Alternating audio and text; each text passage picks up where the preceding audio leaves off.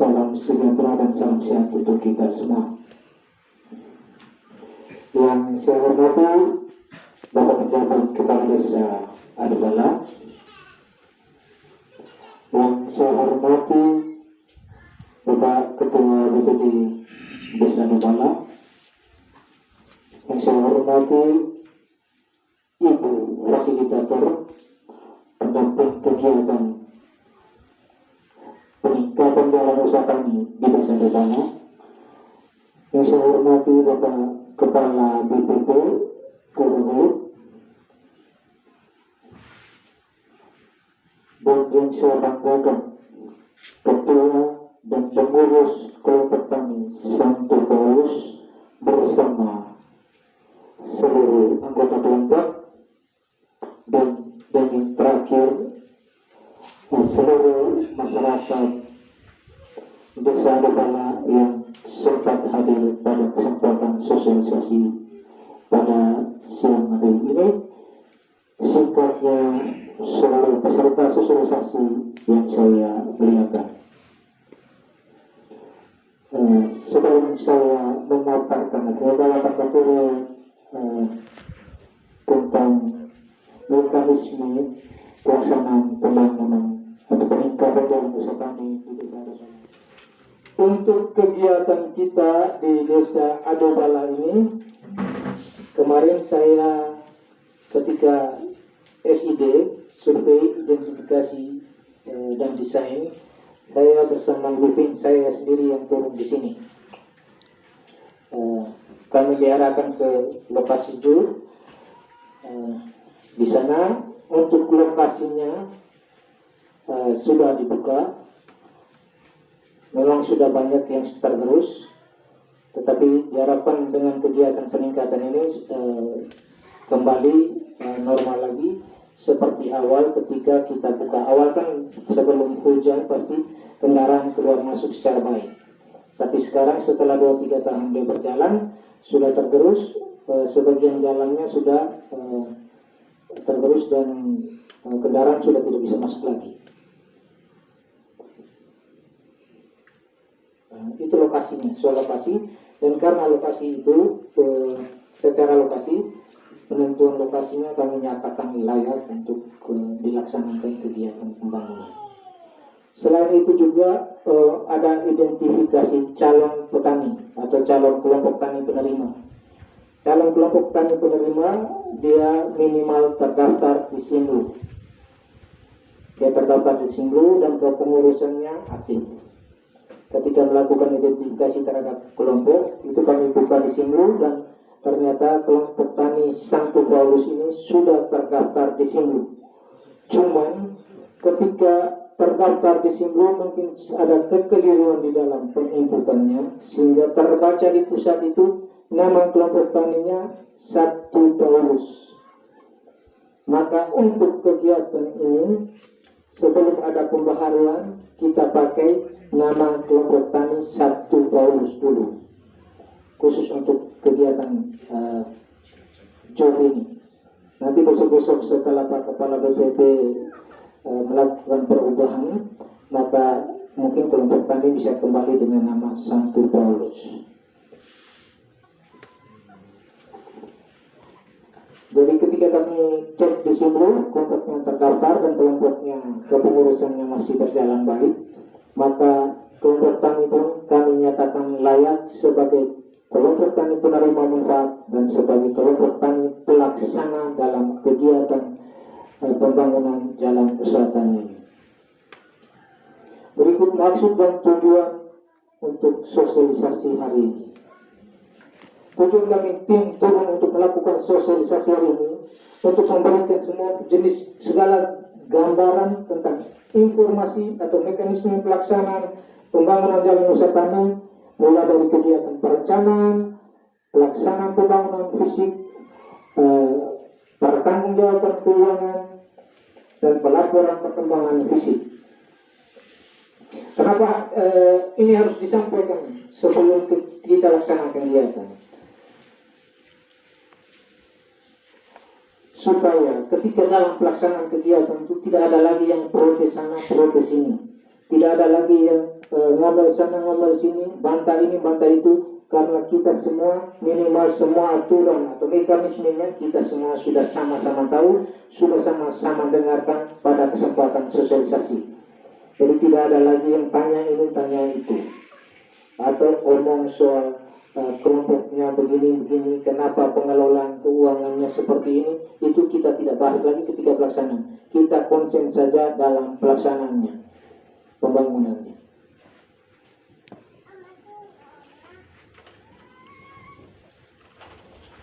Sekarang menyangkut ruang lingkup kegiatan.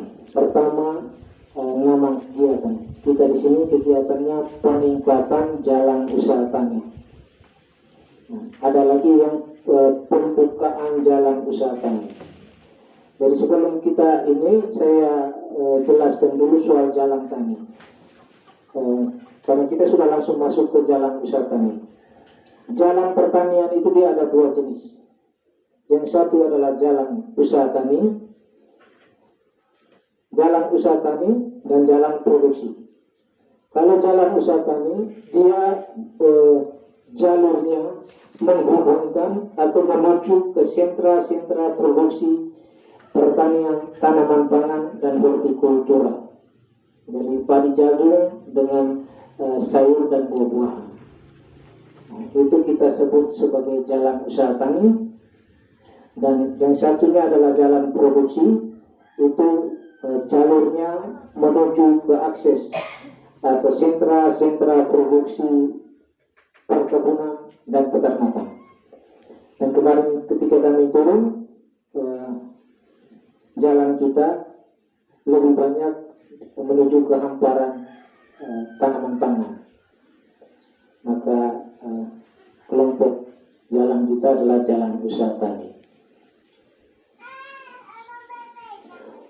Sumber dananya adalah dana alokasi khusus atau DAP fisik bidang pertanian tahun anggaran 2023. Besar anggaran per paket kegiatan itu 200 juta rupiah. Dari 200 juta rupiah ini 5%-nya diambil untuk APBU atau untuk kepentingan administrasi sebesar 10 juta. Itu di situ ada biaya monitoring, juga biaya untuk fasilitator, nilainya 10 juta. Jadi yang kita kerjakan itu dengan uang senilai 190 juta per paketnya. Khusus untuk di Adobala ini kita dapatnya 190 juta karena kita dapatkan satu paket kegiatan.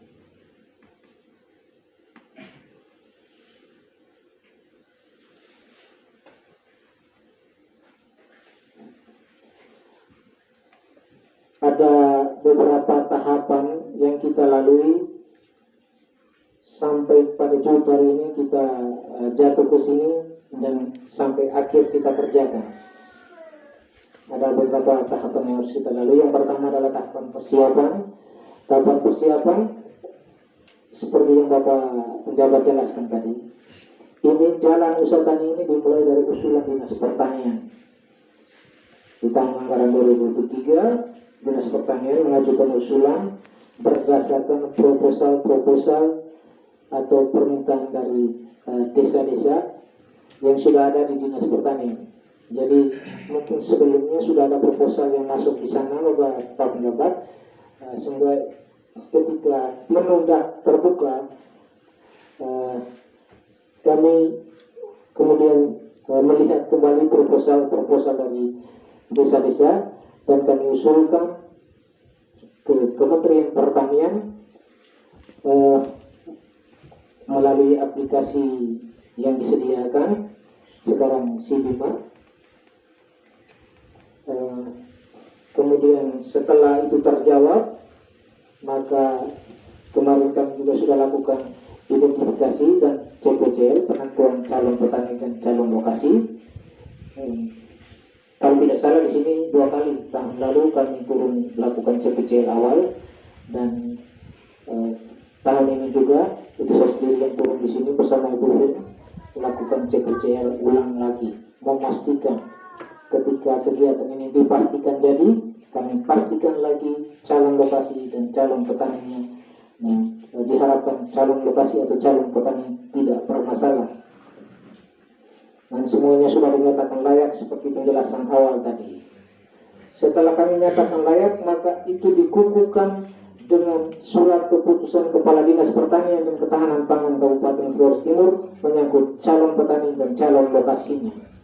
Jadi kita sudah di-SK-kan dengan SK Kepala Dinas calonnya. Setelah SK penetapan calon, kemudian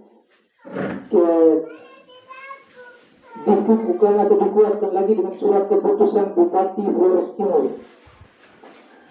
Ini masih dalam proses. Keputusan Bupati Flores Timur tentang kelompok tani pelaksana dan lokasi pelaksanaan kegiatan pembangunan jalan usaha tani. SK-nya sedang dalam proses. Kemudian sementara itu berjalan, ada penyusunan desain dan draft itu langsung ditangani oleh fasilitator bersama kelompok. Jadi desain dan draftnya disusun oleh fasilitator berdasarkan hasil surveinya. Kemudian kelompoknya memberikan informasi harga dan ketersediaan material. Setelah itu kita sudah lewati juga kemarin kelompok dipanggil ke dinas untuk buka rekening. Itu sudah kita lewati, kelompok sudah buka rekening. Kemudian hari ini kami turun sosialisasi. Setelah dari sosialisasi ini, pengurus kelompok akan dipanggil lagi ke dinas untuk penandatanganan nota kesepahaman atau MOU dengan Kepala Dinas Pertanian. Dan pada kesempatan itu juga kita langsung penandatanganan surat perjanjian kerjasama antara kelompok tani sebagai pelaksana kegiatan dengan pejabat pembuat komitmen atau PPK. Untuk kepentingan ini kelompok telah dicatat siapkan materai 10.000 sebanyak 8 lembar. Coba lihat sih, 8 ya? Materinya 8 lembar.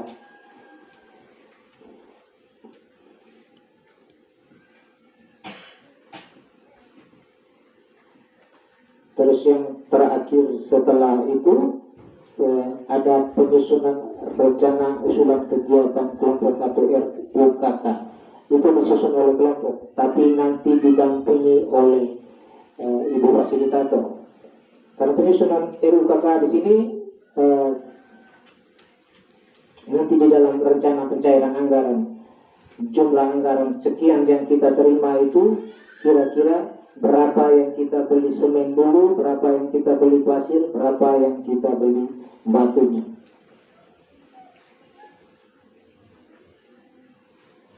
Terus menyangkut mekanisme pencairan dana. Pencairan dana dapat dilakukan apabila kelompok sudah melengkapi semua jenis administrasi yang dibutuhkan untuk proses pencairan dana. Bentuk administrasi yang disiapkan tadi yang pertama, nota kesepahaman atau MOU, surat perjanjian kerjasama, ringkasan kontrak, surat pernyataan tanggung jawab belanja yang ditandatangani oleh ketua kelompok tani, RAB atau rencana anggaran dan biaya, rencana usulan kegiatan kelompok atau RUKK, gambar rencana, dan semuanya itu digandakan dalam rangkap 7, kemudian dijilid, baru dimasukkan ke dinas. Ini syarat untuk kita bisa ajukan pencairan dana tahap 1. Setelah ini semua kita siap, kelompok mengajukan surat permohonan pencairan dana kepada Kepala Dinas Pertanian. Nanti form suratnya juga kita siapkan. Jadi semua yang tadi, mulai dari nota kesepahaman atau MOU, SPKS-nya, ringkasan kontrak itu nanti dibantu di dinas. Jadi kelompok harus ke sana lagi. Nanti ada catatan, ada beberapa yang harus kita sepakati sebentar, mengingat kelompoknya harus ke sana terus. Terus yang berikut menyangkut pencairan dana tahap akhir. Kalau di dalam rencana pencairan anggaran, tahapan pencairan dana itu rencana dari bidang itu ada dua tahap pencairan, yaitu tahap pertama 70 dan tahap kedua 30. Namun khusus kali ini karena anggaran atau dana yang kita butuhkan itu besar sekali, maka nanti kita lihat kembali dengan ketersediaan dana yang ada di kas daerah. Kalau kemarin memang kami 70-30 Pak Penjabat, kelompok semua.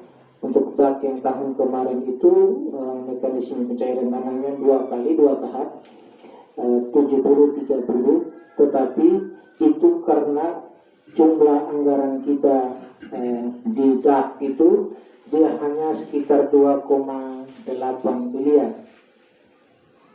Jadi kalau kita ambil 70%-nya, anggarannya tidak terlalu besar, mungkin 1 M lebih saja. Tapi kali ini total anggaran dari Jalan Usaha Tani ditambah dengan 2 kegiatan dari DAK ini, yaitu sumur tanah dalam, itu 15,6 miliar rupiah. Jadi kalau kita ambil 70% secara serempak, mampu atau tidak, ketersediaan uang kita ada atau tidak, maka nanti untuk pencairan anggarannya akan kita lihat kembali dengan ketersediaan anggaran. Bisa 3 kali, bisa 2 kali.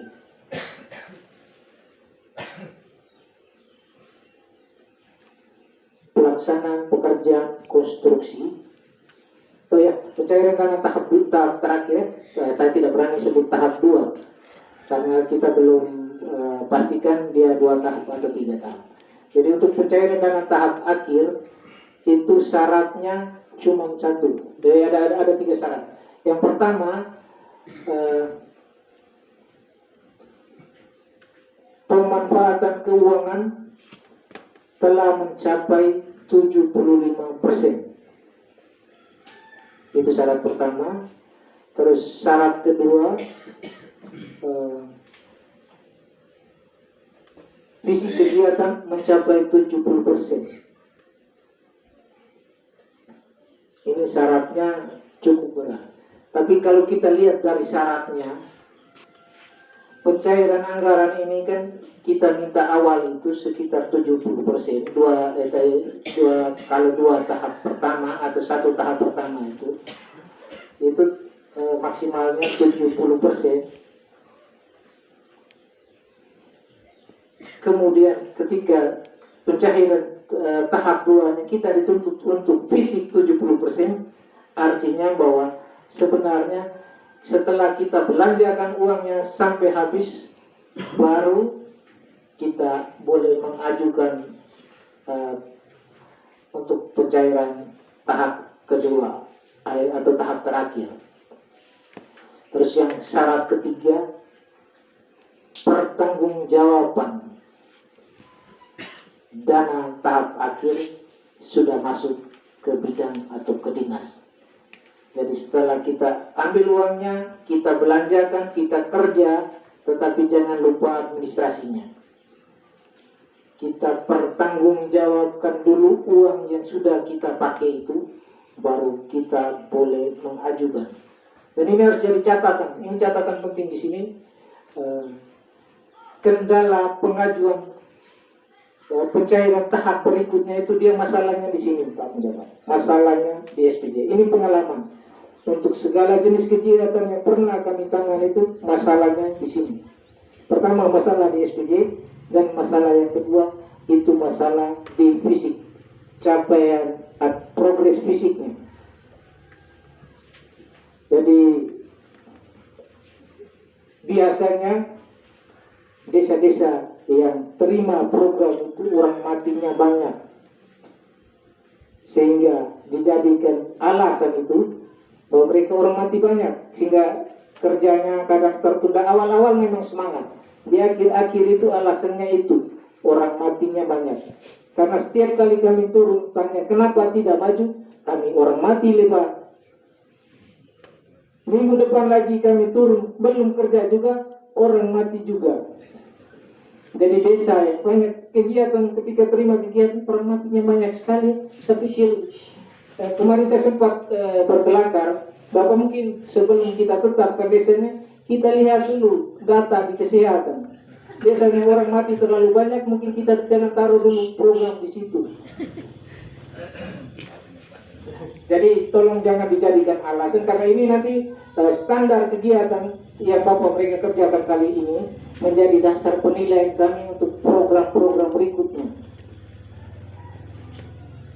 Jangan sampai kita terlambat dalam progres yang sudah disiapkan sesuai dengan jadwal kegiatan dinas punya itu. Jadi ketika kita kelompok ataupun kita secara umum, kalau memang kelompok dijadikan pintu masuk, kita masyarakat secara umum kita kerja ini, kita jaga nama baik Lawu ini di mata dinas dan di mata orang kementerian. Kalau kami menjaganya ke atas, dari kelompok juga bisa menjaga ini ke dinas, karena yang menentukan titik-titik awal untuk usulan itu dinas pertanian. Dan kami juga menjaga jangan sampai ketika kita menentukan kelompok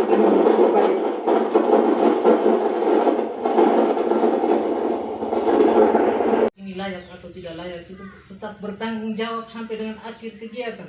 Ketika kami menentukan bahwa kelompok ini layak, itu kemudian dalam pelaksanaan yang bermasalah, kami dituntut bertanggung jawab. Kamu turun untuk survei seperti apa? SID yang kamu laksanakan seperti apa? Kenapa kelompok ini masih bisa terima program? Apalagi punya latar belakang terlebih dahulu yang dulu pernah bermasalah, kemudian kita tentukan lagi. Ini resikonya besar. Maka ketika kelompoknya sudah bermasalah, dia agak berat kita usulkan kembali. Jadi kita sendiri diharapkan pada kegiatan-kegiatan ini, termasuk kegiatan yang awal ini kegiatan awal Bapak penjabatnya, masuk ke desa ini, diharapkan kita semua saling menjaga. Kita menjaga nama baik desa ini di mata dinas, kita menjaga nama baik kelompok untuk program-program selanjutnya.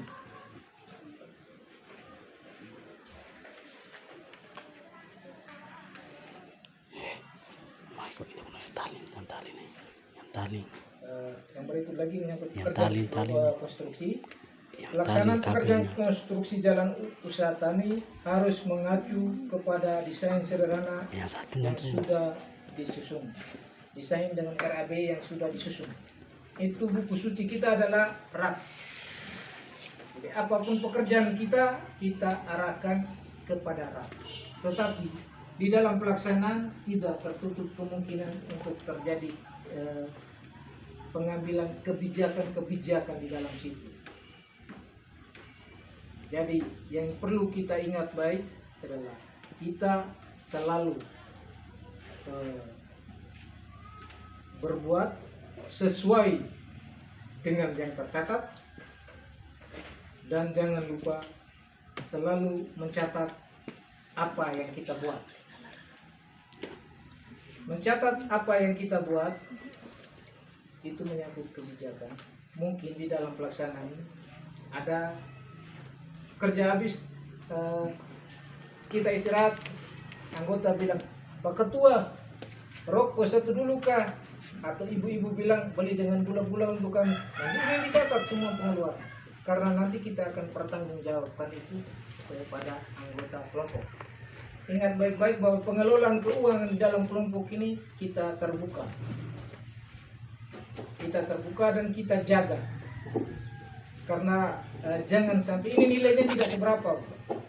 Nilai uang ini tidak seberapa dengan hubungan baik kita. 200 juta tidak ada artinya. Paling yang kita pakai pun 50-100 ribu.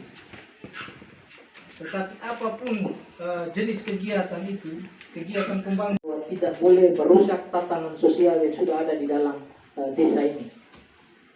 Jadi nanti biasanya kita ributnya satu di soal itu, di soal uang. Jadi sebaiknya Pak pengurus kelompok keuangan kita terbuka dalam pengelolaannya terhadap kelompok, bukan masyarakat secara umum. Karena ini kita sudah percayakan kepada kelompok, secara hukumnya kita sudah dengan kelompok menandatangani MOU maupun SPKS di atas materai. Maka pada kegiatan JUT kali ini kelompok yang akan dimintai pertanggungjawaban. Kelompok yang dipercaya ini untuk kali ini mungkin baru Santo Paulus yang dipercaya untuk pelaksanaan kegiatan, masih terbuka peluang untuk kelompok-kelompok lain. Jangan tutup peluangnya tadi. Bukalah peluang sebesar mungkin untuk kelompok-kelompok lain, untuk program lainnya masuk ke dalam desa ini dan dilaksanakan oleh kelompok-kelompok lain sebagai penerima manfaatnya.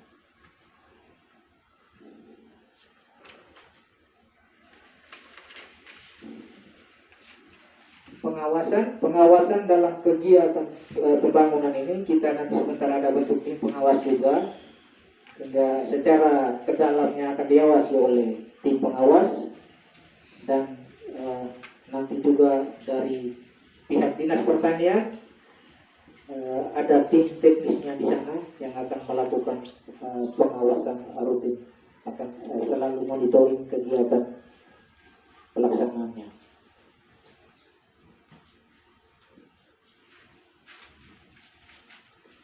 Yang terakhir saya masuk ke standar teknis.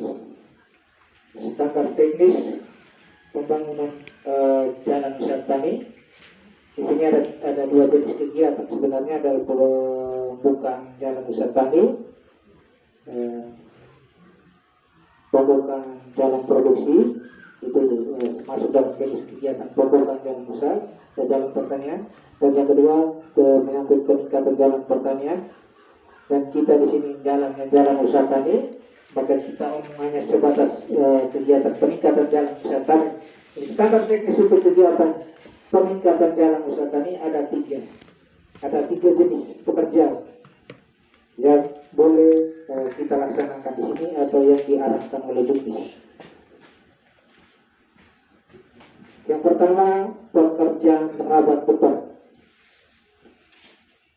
Untuk pekerjaan rabat beton, dimensi lebar badan jalan maksimal paling lebarnya 2,5 meter untuk jalan usaha tani. Kalau untuk jalan produksi 3 meter. Tapi kita jalan usaha tani, jadi kita bicara pada jalan usaha tani saja. Dimensi lebar badan jalan maksimalnya 2,5 meter, panjang minimal 900 meter, dan tinggi 15 cm. Itu untuk pekerjaan rabat beton. Yang kedua, pekerjaan paving block. Dimensi lebar badan jalan usaha tani maksimal 2,5 meter dengan panjang minimal 900 meter dan tinggi 15 cm. Dan yang ketiga, pekerjaan telfort dan memakai talu.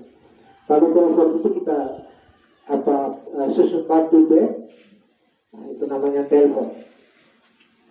Kalau pekerjaan telfort, dimensi lebar badan jalan masih sama 2,5 meter dengan panjang minimal 950 meter dan tinggi 15 cm. Itu ada 3 jenis kegiatan di sini. Kita punya pilihan ada 2 di sini. Kalau paving, di sini belum ada paving yang khusus untuk jalan Kayak di sini belum ada paving yang khusus untuk jalan, maka kita punya 2 pilihan itu, antara rabat atau telfort.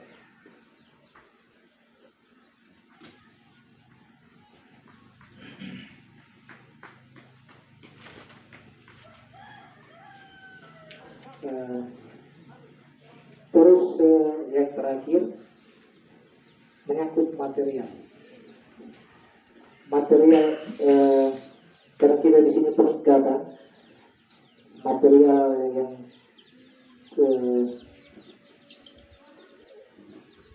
dibutuhkan di sini kerikil ibu, kerikil hanya kerikil saja ini, kerikil dan batu. Jadi Pak Pejabat, Pak Ketua Kelompok,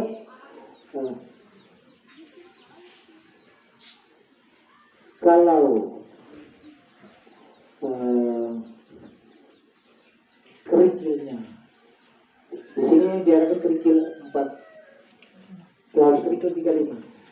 Kalau kerikil itu bisa kita siapkan di sini untuk pemberdayaan, belum bisa disiapkan oleh masyarakat, maka sebaiknya atau boleh juga kerikil itu kita beli di sini saja. Kita siapkan oleh masyarakat. Kalau memang ada di sini, kemarin di Lampung mereka di sana hampir tidak punya kerikil, jadi kerikilnya harus beli semua. Terus batu juga, kalau memang kita punya dari anggota kita atau dari masyarakat kita punya, kita cari yang di dalam dulu sebelum kita cari keluar. Itu mungkin perlu menjadi catatan. Kalau bisa mungkin langsung disepakati juga Bapak Pejabat sebentar, kalau memang ada dan jumlahnya cukup besar. Kira uangnya berapa, Ruben?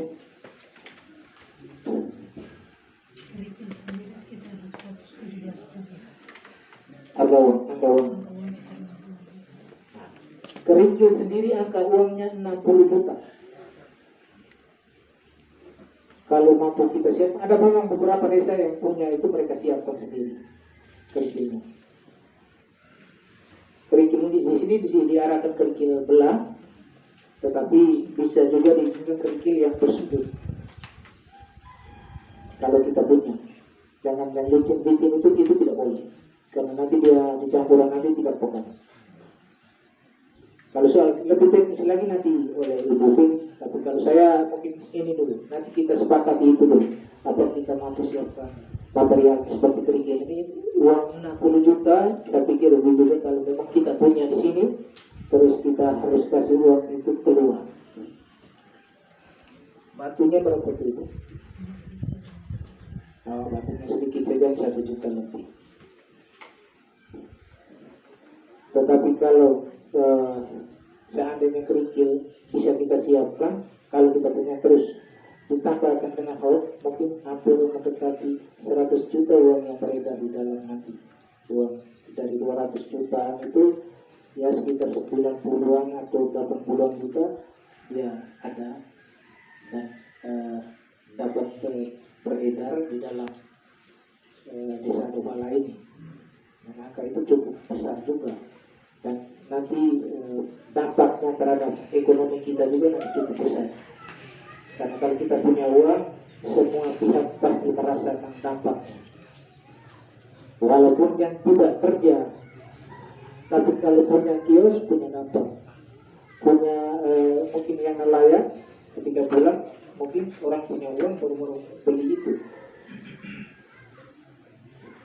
Jadi ada dampak ketika uang itu berputar di dalam desa ini. Itu mungkin hanya itu saja. Terus nanti kita sebentar sebelum pembentukan tim, saya gambarkan sedikit soal tugas timnya Pak Pejabat. Yang pertama tim perencana. Tim perencana itu tugasnya untuk menyusun segala rencana kegiatan kelompok, termasuk di dalamnya rencana usulan kegiatan kelompok. Terus berapa jumlah tenaga kerja yang dibutuhkan, bagaimana mekanisme penerimaan tenaga kerjanya, apa mendaftar atau dibagi per kelompok yang ada di sini, atau kelompok saja yang kerja, atau melibatkan seluruh masyarakat, berapa tenaga yang dibutuhkan, kemudian kerjanya 1 minggu berapa kali, 1 kali kerja per itu berapa orang, itu nanti disusun atau direncanakan oleh tim perencana. Sehingga nanti sebentar kita pilih orangnya, memang orang yang punya spesialis itu, yang punya keahlian di bidang itu. Terus yang kedua menyangkut tim pelaksana. Kalau tim pelaksana mungkin tidak perlu kita pilih lagi, karena tim pelaksana ini tugasnya untuk melakukan transaksi, selanjutnya transaksi dan pertanggungjawaban. Ini langsung kepada pengurus inti kelompok, kan? Ketua, sekretaris dengan bendahara itu sudah dari tim pelaksana. Dan yang berikut menyangkut tim pengawas. Tim pengawas terdiri dari unsur tokoh di dalam kelompok atau tokoh masyarakat dan unsur pemerintah desa. Karena ini kegiatan ada di dalam desa ini, ketika kemarin turun juga masih di gelondongannya nama yang muncul adalah nama desa, maka Pak Pejabat juga ikut bertanggung jawab dalam pelaksanaan kegiatan ini di dalam pengawasannya. Sudah mempercayakan kepada Santo Paulus sebagai pelaksananya, tetapi pengawasannya tetap melibatkan pemerintah desa. Jadi masing-masing tim anggotanya 3 orang. Nanti sebentar pemilihan timnya, pembentukan tim akan difasilitasi sendiri oleh Pak Pejabat. Dan yang berikut, tim tidak ada atau tidak disiapkan anggaran tersendiri untuk tim. Jadi ketika kita melibatkan aparat atau pemerintah desa di dalamnya, nanti itu kebijakannya diatur sendiri oleh kelompok. Mungkin kalau Bapak Lurah, Bapak Desa, Bapak Pejabat masuk di dalam sebagai tim pengawas, tidak mungkin beliau turun sebagai pekerja di sana. Tim pengawas ini tugasnya untuk mengawasi jalannya kegiatan sesuai RAP atau tidak, terus tapi tidak menyangkut keuangan, standar materialnya, hari orang kerjanya, daftar hadir masuknya, hari ini dia ini ikut atau tidak, karena ini juga jangan sampai jadi masalah. Saya kerja 3 hari, jangan sampai terima uangnya sama dengan dia yang kerja 1 hari. Maka di sini tim pengawas juga langsung mengawasi daftar hadir pekerjanya. Dan yang terakhir untuk kelompok, setelah pertemuan ini, dari awal saya sudah gambarkan bahwa kelompok, pengurus kelompok ini kita panggil terus ke dinas. Dari awal sudah kita undang ke dinas untuk mengikuti awal itu kegiatannya apa? Sosialisasi awal ya.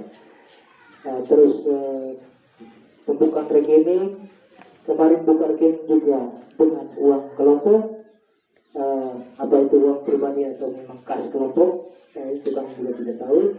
Terus nanti ada kegiatan penandatanganan SPKS, MOU, terus ada nanti pencairan dana, ada lagi nanti konsultasi menyangkut SPJ, kemudian pengantar SPJ, dan seterusnya. Maka kelompok atau pengurus kelompok harus sering ke dinas.